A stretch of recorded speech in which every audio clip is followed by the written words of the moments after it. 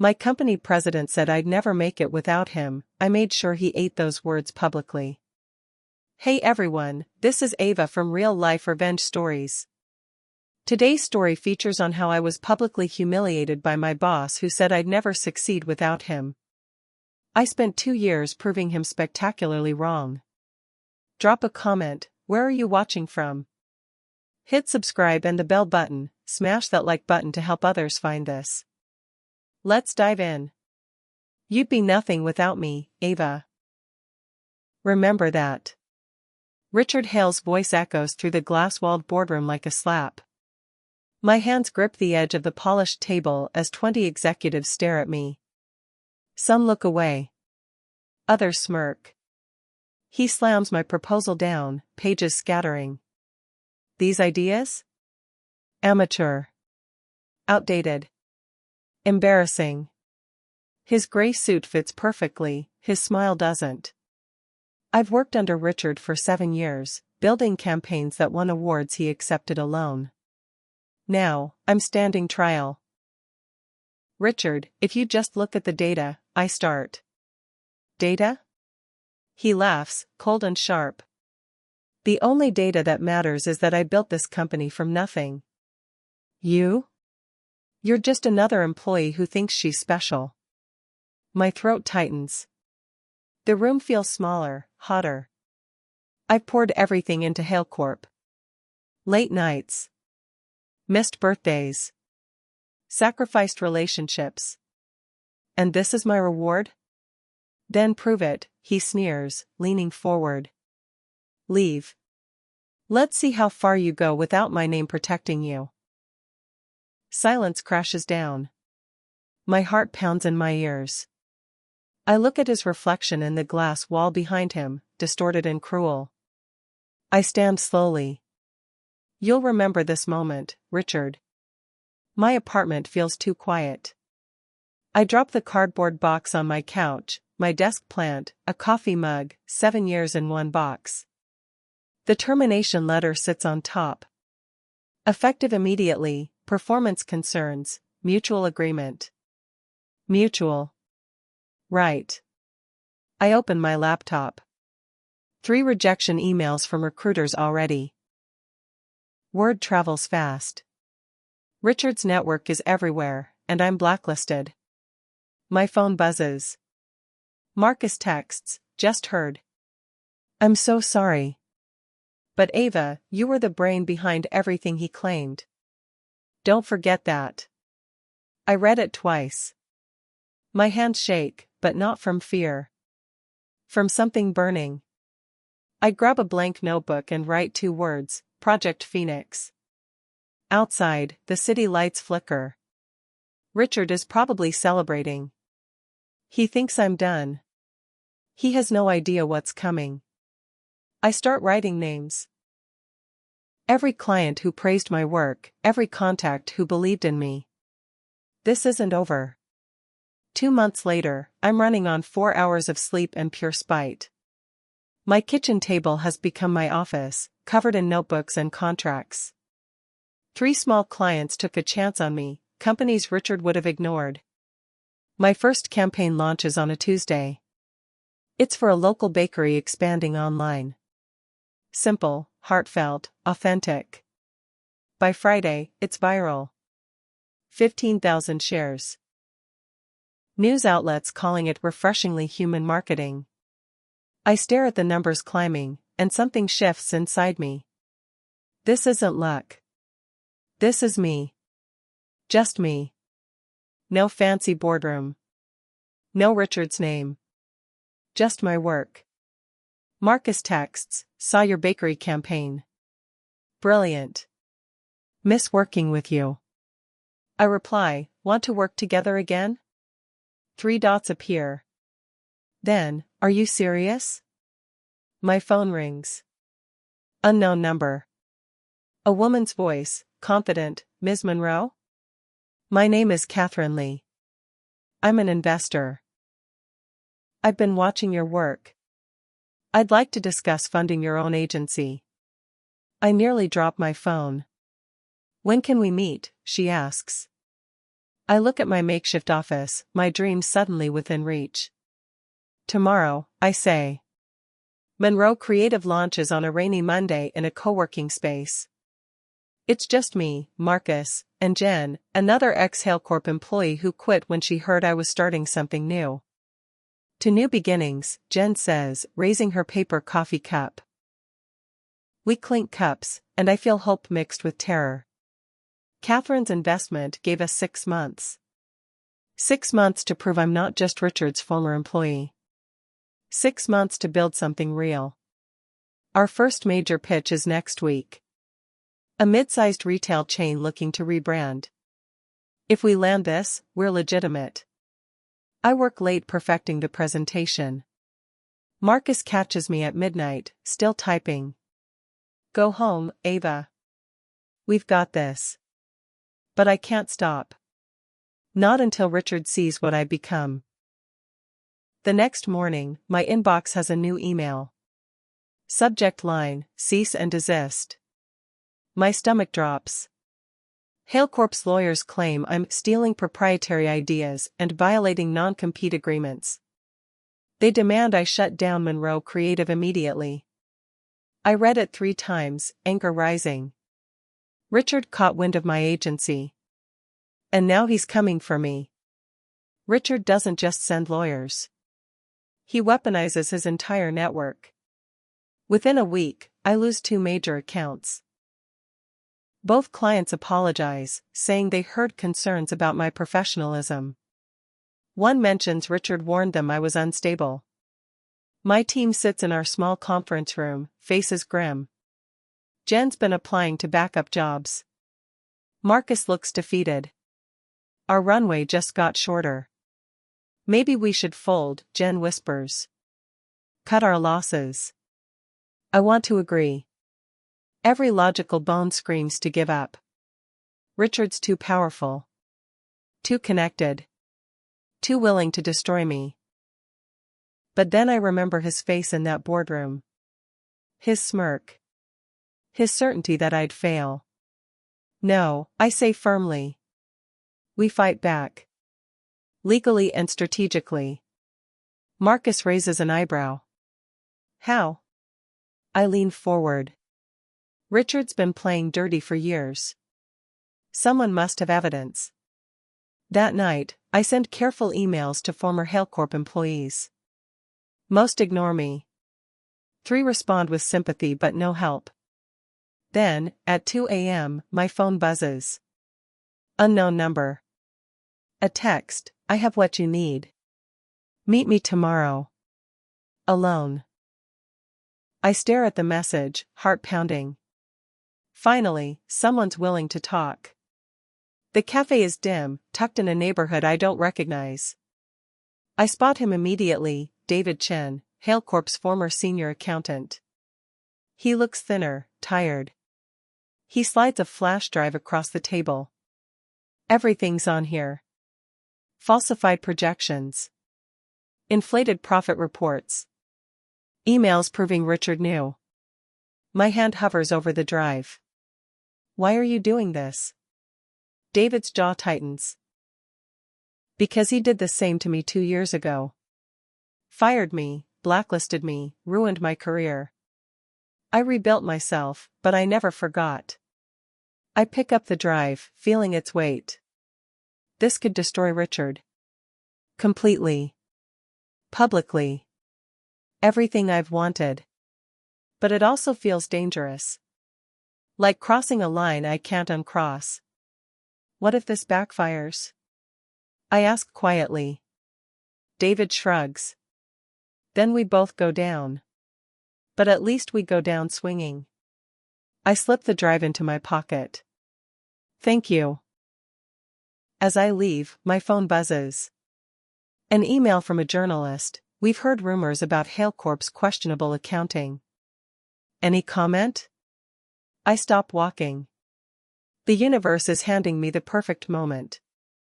But I'm not ready. Not yet. I need to be smart. I need to play the long game. For 3 months, I go silent. Publicly, Monroe Creative barely survives. I let Richard think he's won. I avoid conferences where he speaks. I don't respond to his public digs about failed competitors. Privately, I'm building. I rebrand the agency as Ardent Strategies, separating my name from the company. Clients who were burned by Richard's arrogance start reaching out, attracted by our integrity reputation.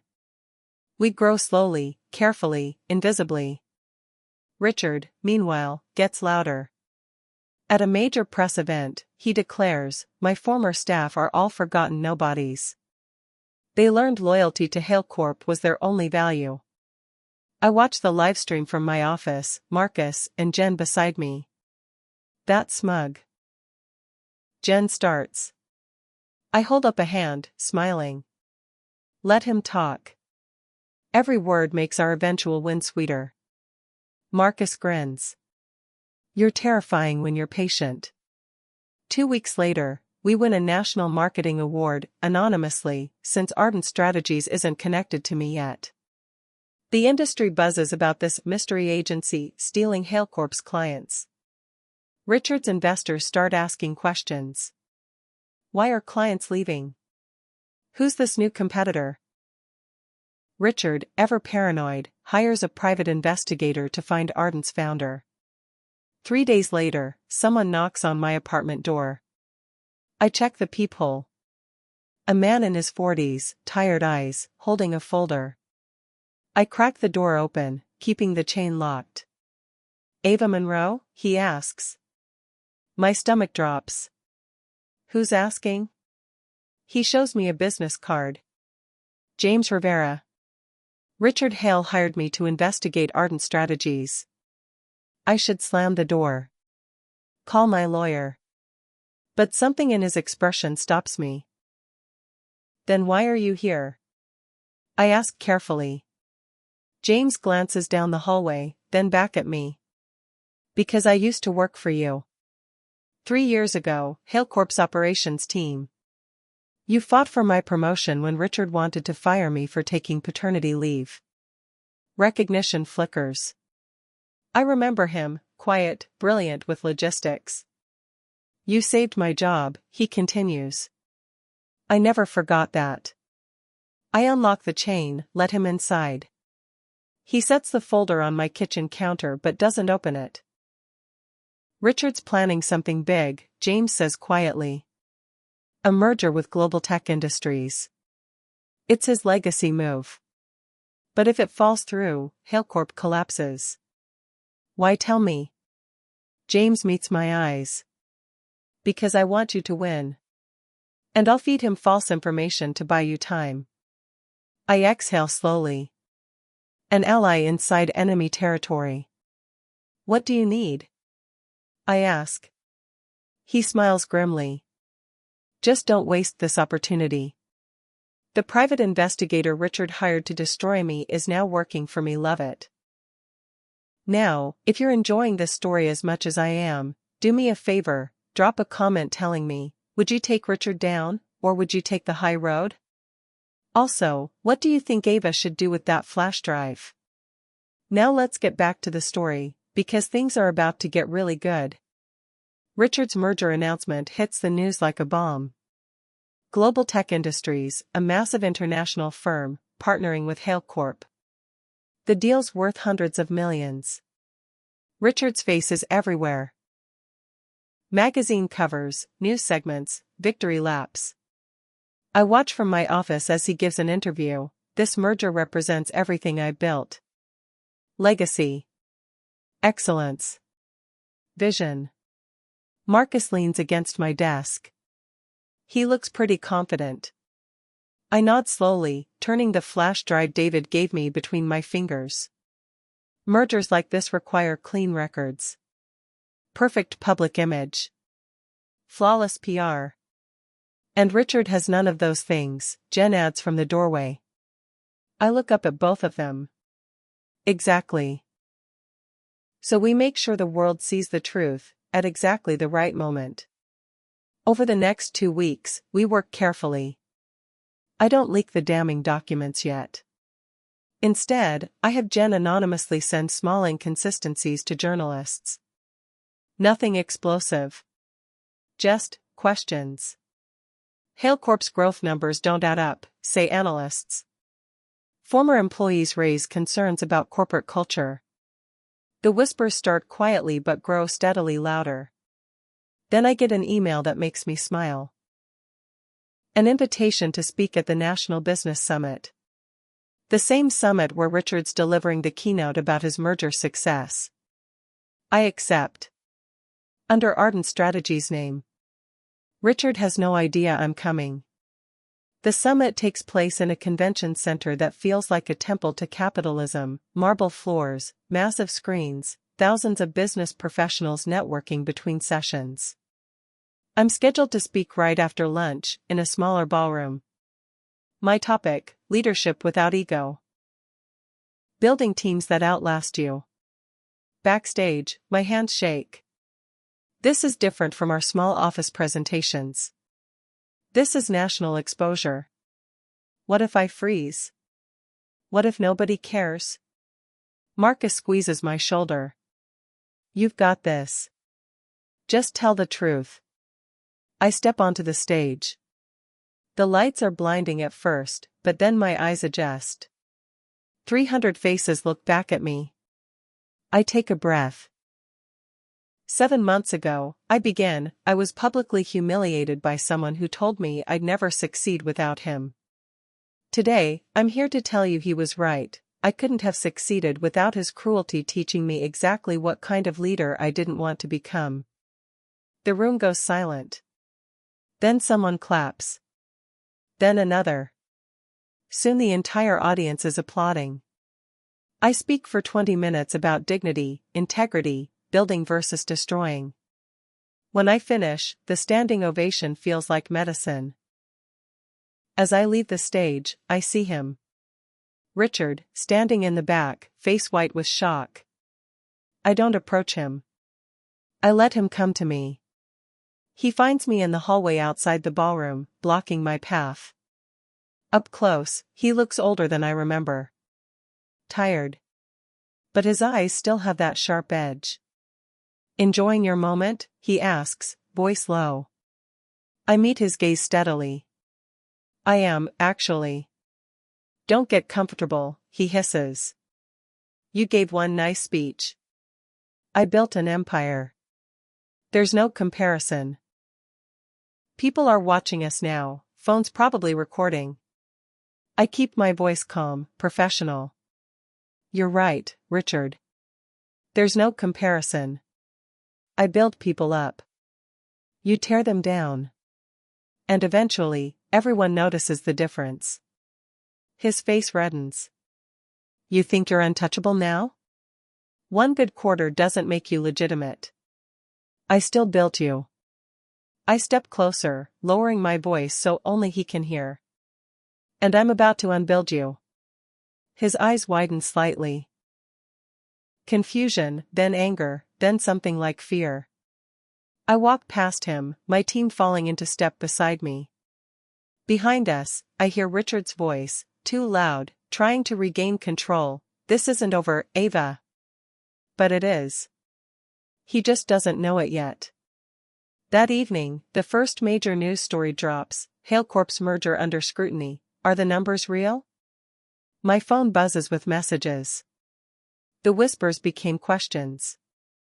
The questions are becoming investigations. The next morning, Hale Corp's stock dips 3%. Not catastrophic, but enough to make global tech nervous. Their merger team demands full audits before proceeding. Richard's PR team scrambles. He gives interviews claiming disgruntled former employees are spreading lies. He names no names, but everyone knows he means me. I stay quiet. Let him flail. Meanwhile, James texts me updates, auditors arrived. Richard's panicking. Shredding documents in his office. I forward the text to my lawyer, who forwards it to the regulators already asking questions. The wheels of justice turn slowly, but they're turning. A week later, Business Chronicle publishes their investigation, Hale Corp's financial empire built on lies? Former accountant provides evidence. David Chen's interview is devastating. Clear, factual, backed by documents. No emotion, just truth. The article includes examples of falsified projections, inflated revenue reports, emails where Richard explicitly ordered creative accounting. Social media explodes. #HaleCorp scandal trends. Investors panic. The stock drops 12% in one day. My phone won't stop ringing, journalists wanting comments, former HaleCorp employees sharing their own stories, clients asking if Ardent Strategies is accepting new accounts. I give one statement. I have no comment on HaleCorp's internal practices. I'm focused on building my own company with integrity. It's perfect. Dignified. Strong. Everything Richard isn't. That night, HaleCorp's board announces an emergency meeting. Richard is suspended pending investigation. The news breaks at 6 a.m. I'm drinking coffee when my phone buzzes with alerts. Breaking: HaleCorp President Richard Hale suspended amid fraud investigation. I set down my mug carefully. This is it. The moment I've been working toward. But instead of triumph, I feel empty. Tired. Marcus calls. Did you see? Yeah. Ava, we won. You did it. I look out my window at the city waking up. I know. But winning doesn't feel like I thought it would. Richard's suspended, sure. But there are hundreds of innocent HaleCorp employees who'll suffer if the company collapses. People with families, mortgages, dreams. Still, I didn't create this mess. Richard did. Over the next week, the dominoes fall fast. Global Tech cancels the merger. Clients flee. Key executives resign. HaleCorp stock enters free fall. Meanwhile, Ardent Strategies experiences the opposite. We're flooded with inquiries. Companies want to work with the agency that survived Richard Hale. Our staff doubles. Catherine invests another round of funding. A government contract, one HaleCorp monopolized for years, gets awarded to us instead. The irony is delicious. Then, during a team celebration, a reporter stops me outside our office. You once worked under Richard Hale. Any thoughts on his downfall? I smile. Yes. He taught me exactly what not to be. I'm grateful for that lesson. The clip goes viral within hours. 3 weeks into Richard's suspension, my assistant tells me someone's waiting in our lobby. No appointment. Won't give a name. I walk out, and there he is. Richard Hale, in a wrinkled suit, no tie, looking like he aged 5 years and a month. We need to talk, he says quietly. I should refuse. Send him away. But curiosity wins. I lead him to a small conference room. He sits heavily, avoiding my eyes. I need you to make a statement, he begins. Tell the press you're not involved in the investigation. That you harbor no ill will. It'll help my case. I almost laugh.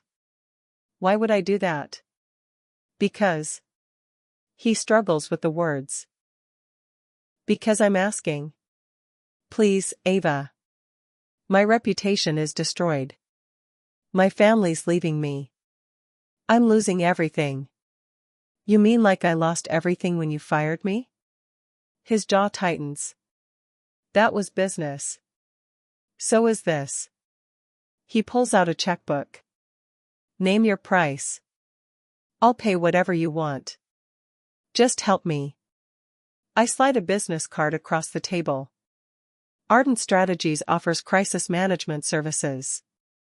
Our rate for new clients is triple our standard fee. And Richard? We don't do miracles. His face goes red, then white. He stands abruptly, knocking his chair back. You'll regret this, he says, but his voice shakes. I already survived you once, I reply. I'm not afraid anymore. He leaves. I sit alone in the conference room, hands trembling, but not from fear. From freedom. The regulatory hearing is scheduled for a Tuesday. Both Richard and I are called to testify. The courtroom, or rather, the formal hearing room, is packed with journalists, lawyers, and curious onlookers. I arrive early, dressed professionally, prepared. My lawyer sits beside me, reviewing notes. Richard arrives 15 minutes late, sweating despite the air conditioning. His legal team looks expensive but nervous. The hearing officer calls me first. I approach the microphone, state my name, and wait. Ms. Monroe, can you describe your relationship with Hale Corp and Mr. Hale? I speak calmly, factually. I explain my 7 years there, my contributions, my termination. I present documentation. Awards I won that listed his name, campaigns I created that he claimed, emails proving my work. No anger. No accusations. Just truth. The officer nods, making notes. Thank you, Ms. Monroe. You may step down. Then it's Richard's turn. The questions start simple but grow sharper. Did you authorize false financial projections? Were you aware of accounting irregularities? Did you retaliate against former employees? Been sabotaging me? The room goes silent. Even his lawyers look uncomfortable. The hearing officer's expression hardens. Mr. Hale, please control yourself. That evening, the live stream clips trend everywhere. President Hale implodes under pressure. The court of public opinion delivers its verdict. Hale Corp's merger isn't just cancelled, it's publicly denounced. Global Tech releases a statement calling the partnership fundamentally incompatible with our values. Investors withdraw. The company's value plummets 60%. Richard storms out of the Hale Corp building one final time, photographers catching every moment. His face is everywhere, red, angry, defeated. The man who once seemed untouchable is now just another fallen executive. I watch the news coverage from my office, feeling a strange mixture of satisfaction and sadness. This was inevitable. He built his empire on lies and cruelty. Gravity always wins eventually. My phone rings. Unknown number. I almost don't answer. Ms. Monroe? This is Patricia Chen from National Business Today. We're doing a special on rebuilding after corporate betrayal. Would you consider a live interview? I hesitate. Public appearances still make me nervous. But this is different. This is my story, my truth, my voice. Yes, I say. I'll do it. The interview is scheduled for the following week. Prime time. Millions of viewers. I spend days preparing, not rehearsing lines but organizing thoughts. What do I want people to understand? Not just about Richard, but about survival. About choosing integrity over revenge. About building something better from ashes. The night before the interview, I barely sleep. But I'm ready. The studio lights are hot. Patricia Chen sits across from me, warm but professional. Cameras everywhere. A countdown. Then we're live. Ava Monroe, Patricia begins, you've become a symbol of resilience in the business world. Tell us. How does it feel to watch your former boss face consequences? I take a breath. Honestly? Complicated. I don't celebrate anyone's downfall. But I do believe in accountability. Richard Hale publicly stated you'd never succeed without him. He was wrong. Actually, I say carefully, he was right, in a way. I couldn't make it without him. Because his cruelty gave me purpose. His dismissal forced me to discover my own strength. Sometimes the people who hurt us teach us the most important lessons. The audience in the studio erupts in applause. Patricia leans forward. That's incredibly gracious. Some might say too gracious. I smile. Grace isn't weakness. It's choosing who you want to become despite what others choose to be. We talk for 30 minutes. About starting Monroe Creative, rebranding to Ardent Strategies, winning against impossible odds. I'm honest about the fear, the doubt, the moments I almost quit. When Patricia asks, "What would you say to Richard now?" I pause. I'd say thank you. Thank you for showing me what I was capable of. Thank you for pushing me into becoming someone stronger than I knew I could be. The interview ends. As I remove my microphone, a producer tells me, "You're trending #1. The clip's going viral." That night, the clip is everywhere. Millions of views. Comments flooding in, "This is what real success looks like. Ava Monroe is the leader we need." And somewhere, I know Richard is watching, broken. That interview gave me chills. Grace isn't weakness. It's choosing who you become. Are you Team Ava's grace, or should she have gone harder on Richard? Drop your thoughts in comments. Hit like and share for inspiration. Join our community for daily stories like this. Now let's see how this incredible journey ends. I receive a letter 2 weeks later. No return address. Just my name in shaky handwriting. I almost throw it away, but curiosity wins. Inside, 3 pages. Richard's handwriting, barely legible in places. "Ava, I don't expect forgiveness. I don't deserve it. But I need you to understand something. I made you my enemy because I hated seeing your strength remind me of my weakness. Every time you succeeded, it highlighted my own insecurity. So I tore you down, convinced myself you were nothing without me, because accepting your talent meant accepting how empty my own accomplishments felt. I built Halecorp on ego and fear. You built Ardent on integrity. That's why you're thriving while I'm this. Whatever happens next, I want you to know, you were always better than me. I just couldn't admit it. I'm sorry." I read it 3 times. The anger I've carried for months softens, just slightly. This doesn't excuse what he did. But it humanizes him. Shows me he's not a monster, just a broken, insecure man who hurt people to feel powerful. I fold the letter and set it aside. Forgiveness is a process, not a moment. The next day, I'm invited to headline a charity gala. The email mentions Richard will attend as a guest of a sponsor. They ask if I'm comfortable with that. I reply, yes. It's time. The gala venue glitters with chandeliers and black tie elegance. Charity auction items line the walls. Luxury vacations, artwork, experiences. I'm here to give a speech about mentorship and supporting young entrepreneurs. I'm backstage, adjusting my dress, when my assistant whispers, "Richard just arrived. He's asking to speak with you." My heart pounds. Now?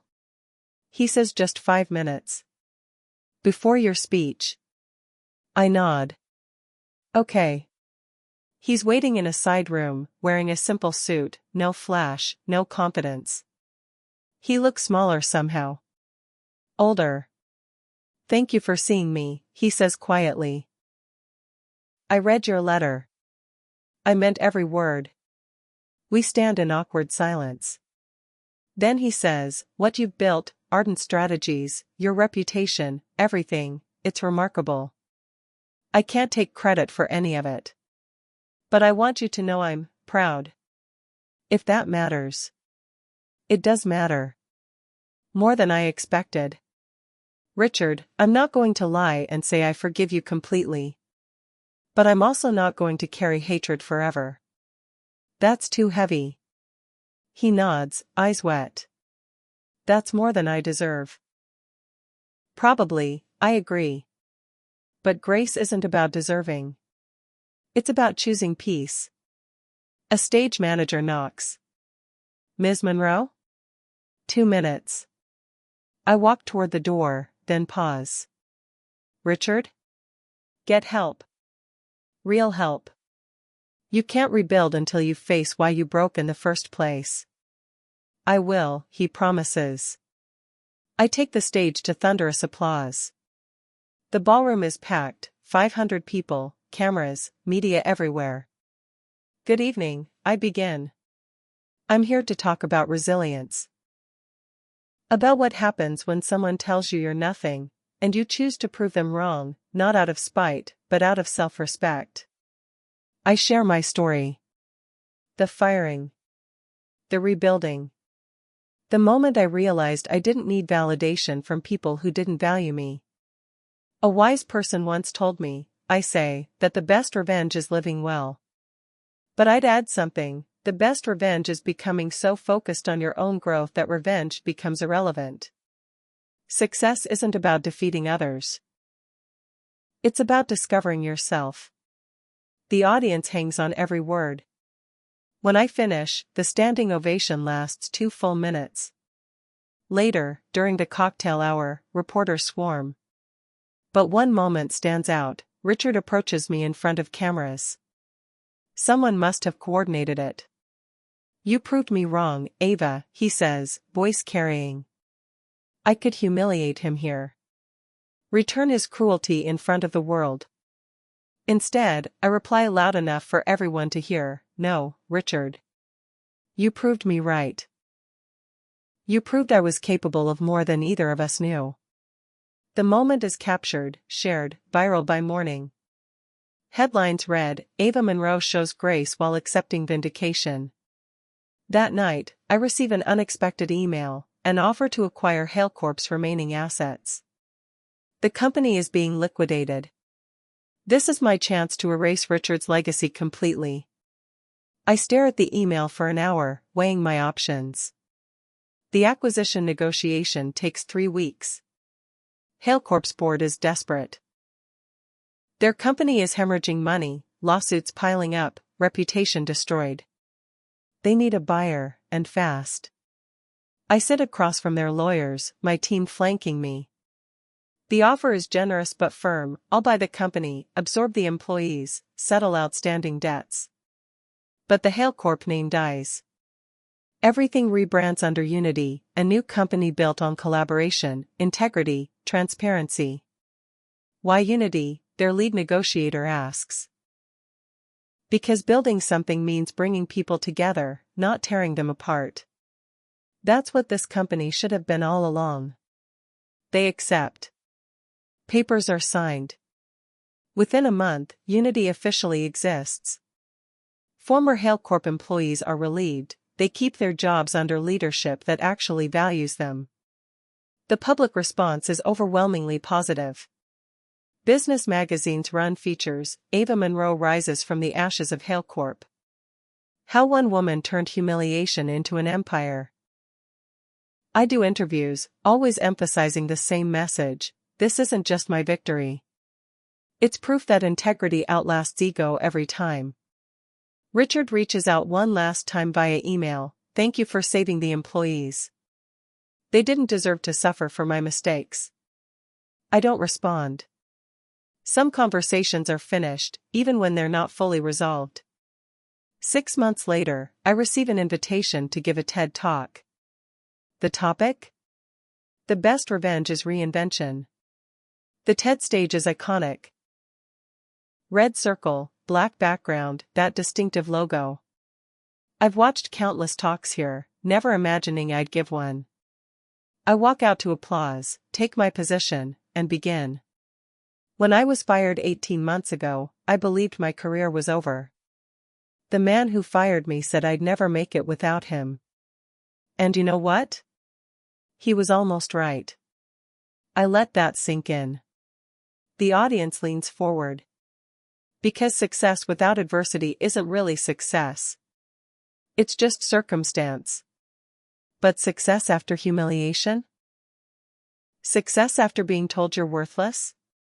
That's transformation. That's proof that other people's opinions don't define your potential. I share my journey, the fear, the failures, the small victories that built momentum. I talk about choosing grace over revenge, integrity over shortcuts, growth over bitterness. Richard Hale didn't destroy me, I say. He redirected me towards something better than I could have built in his shadow. So if you're facing someone who says you're not enough, remember this: they're not describing you. They're revealing themselves. The talk ends with this: when someone tells you that you can't make it without them, let your success be the loudest reply. Standing ovation. 20 million views in the first week. The comments section fills with stories of people facing their own Richards, finding courage to rebuild. I read them late at night, tears in my eyes, grateful my pain could help someone else's healing. A year after the acquisition, Unity is thriving. We've grown to 200 employees. Our client list includes Fortune 500 companies. We've opened 3 offices across the country. But the moment that matters most happens on a quiet Tuesday afternoon. I'm walking through our headquarters, the same building that used to house Hale Corp. We renovated everything. New colors, open floor plans, collaborative spaces. It feels different. Lighter. I find myself standing in the old boardroom. The same room where Richard humiliated me. The same table, though we replaced it with something more modern. I place my hand on the smooth surface and whisper, I made it. Without you. You did more than that, a voice says. I turn. Richard stands in the doorway. He's thinner, grayer, but his eyes are clearer. He's wearing casual clothes, jeans, a simple shirt. No suit armor. What are you doing here? I ask, not unkindly. I've been working with a therapist. Dealing with everything. She suggested I face my mistakes directly. This room felt like the place to start. I didn't know you'd be here. We stand in awkward silence. Then he says, I'm not asking for forgiveness. Just wanted to see what you built from what I destroyed. It's beautiful, Ava. Really? I nod. Thank you. Can I ask you something? Why did you save the employees? Richard asks. You could have let the company collapse completely. Let everyone lose their jobs. No one would have blamed you. I consider the question. Because they weren't the ones who hurt me. You were. Punishing innocent people for your mistakes wouldn't make me feel better. It would make me like you. He flinches but nods. Fair. What are you doing now? I ask. Teaching, he says. Business ethics at a community college. The irony isn't lost on me. But maybe I can help someone avoid my mistakes. That's good, I say, meaning it. We talk for 20 minutes. He asks about Unity, genuinely curious. I tell him about our mentorship program, our commitment to employee mental health, our profit-sharing model. Everything Hale Corp wasn't. I should have done this, he says quietly. Built something that lasted instead of something that just looked impressive. You still can, I tell him. In your own way. Just, not here. He smiles sadly. I know. This is your world now. I'm just visiting. As he leaves, he pauses at the door. Ava? Thank you. For showing me it was possible to come back from failure. Even if my comeback is much smaller than yours. Everyone's comeback is different, I reply. What matters is that you're trying. He nods once and walks away. I stay in the boardroom, looking at my reflection in the window. The view is different now. Better. 6 months later, I'm standing on the TED stage again. This time for their main conference, not just a TEDx event. The audience is thousands strong. My talk is titled "The Best Revenge is Reinvention," expanded from my earlier version. I've added new stories, new lessons, new perspectives gained from running Unity. People often ask me, I say near the end, if I feel vindicated. If I enjoy watching my former boss face consequences. The truth? Vindication is empty. What I feel is free. Free from needing his approval. Free from defining myself by his cruelty. Free to build something that reflects my values, not his ego. I pause, making eye contact with the audience. Richard Hale said I'd never make it without him. And you know what? He was right. I couldn't have made it without him, because his cruelty taught me exactly what kind of leader I wanted to become. Every choice I made was in opposition to his example. So in a twisted way, he shaped me. Just not how he intended. The applause builds. I raise my voice over it. When someone tells you that you can't make it without them, don't argue. Don't fight. Just build. Build something so undeniable that your success becomes the only answer they need. And when they finally see what you've become, you won't need to say a word. Your life will speak for you. I smile, feeling lighter than I have in years. He said I'd never make it without him. So I made sure he heard me, from the top. The screen behind me lights up with Unity's logo as the audience rises to their feet. Somewhere out there, Richard is probably watching. I hope he's proud of the monster he created, one who chose grace over destruction and built an empire on the ruins of his ego. The best revenge isn't what you take from someone. It's what you build despite them. I transformed public humiliation into building an empire with grace over vengeance. Comment your biggest takeaways. Like and subscribe for daily revenge, redemption, and resilience stories. Share with friends facing toxic bosses today. Remember, when someone says you can't succeed without them, build something incredible. Your success becomes the answer. Best revenge is the life you build.